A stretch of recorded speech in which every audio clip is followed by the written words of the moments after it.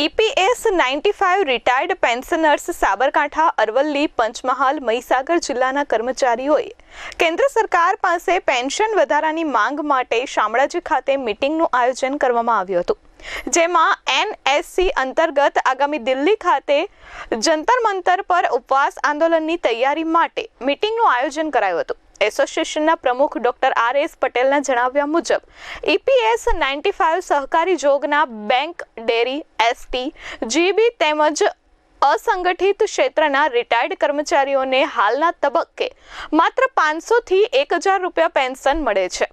આનાથી મોંઘવારીમાં આટલી રકમમાંથી દવા કે દૂધ, શાકભાજી માટે પણ પૂરતું થાય તેમ નથી અને જીવન નિર્વાહ કરવું ખૂબ જ મુશ્કેલ બને તેમ છે।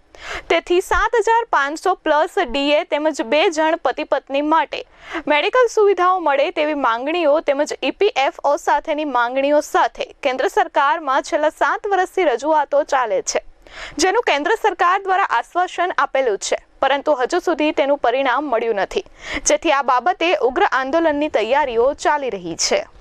EPS 95 હેઠળ જે કર્મચારીઓ અત્યાર સુધીમાં ગવર્મેન્ટમાં નાના ભણ્યા છે પણ એમને પેન્શન માત્ર 1000 રૂપિયાથી 2000 રૂપિયા સુધી મળે છે। હવે એટલા રૂપિયામાં કશું ન થઈ શકે અને એના માટે NSC કમિટીના કમાન્ડર અશોક રાઉત સાહેબ દિલ્હી ખાતે એજ્યુકેશન ચલાવી રહ્યા છે। એના ભાગરૂપે તારીખ 11મી ફેબ્રુઆરીના રોજ સાબરકાંઠા, અરવલ્લી અને સમગ્ર ગુજરાતમાંથી જે કર્મચારીઓ EPS 95 હેઠળ કપાત કરાવેલી છે અને પેન્શન એમને ખૂબ ઓછું મળે છે, એ બધા અશોક રાઉત સાહેબના હાથ મજબૂત કરવા માટે અને નરેન્દ્ર મોદી સાહેબને ઉગ્ર રજૂઆત કરવા માટે અહીંથી સાબરકાંઠા અને અરવલ્લીમાંથી બસો ભરી દઈને અને સમગ્ર ગુજરાતમાંથી મોટાભાગના કર્મચારીઓ ત્યાં આગળ જઈ રહ્યા છે। એના એક આયોજનના ભાગરૂપે આજે શામળાજી લક્ષ્મીનારાયણ અન્ન ક્ષેત્ર ખાતે સાબરકાંઠા, અરવલ્લી, લુણાવાડા અને પંચમહાલમાંથી અહીંયા કર્મચારી મિત્રો આવેલા છે। એમની લાગણીને માન આપી દઈને નરેન્દ્ર મોદી સાહેબ કંઈક વિચારે એવી વિનંતી કરીએ છીએ।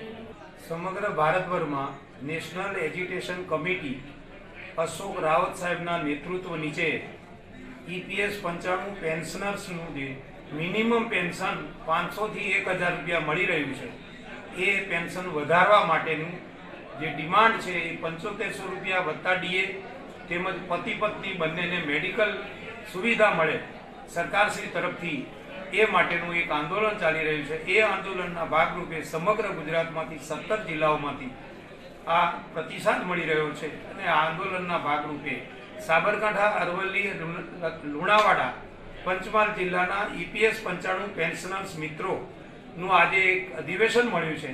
આ અધિવેશનમાં દિલ્હી ખાતે જંતર મંતર દિલ્હી ખાતેનું જે ઉપવાસ આંદોલન છે, એ ઉપવાસ આંદોલનની પૂર્વ તૈયારીના ભાગરૂપે આજે અહીંયા લક્ષ્મીનારાયણ અન્ન ક્ષેત્ર શામળાજી ખાતે આ આંદોલનના ભાગરૂપે એસોસિએશન મળી રહ્યું છે। એ એસોસિએશનની પૂર્વ તૈયારીના ભાગરૂપે અમે સૌ અહીંયા મળ્યા છીએ। મને આશા છે કે દિલ્હી ખાતે આ આંદોલન અમે કરી રહ્યા છીએ એનું ચોક્કસ પરિણામ મળશે અને માનનીય વડાપ્રધાન નરેન્દ્ર મોદી સાહેબનું આપણને પોઝિટિવ રહી અને આ આંદોલનનો એક સફળતા મળશે અને અશોક રાવતના નેતૃત્વ નીચે અમે સૌ સફળ થઈશું એવી અભ્યર્થના સાથે હું બોલું છું। મહેન્દ્ર પ્રસાદ, S24 ન્યૂઝ, અરવલ્લી।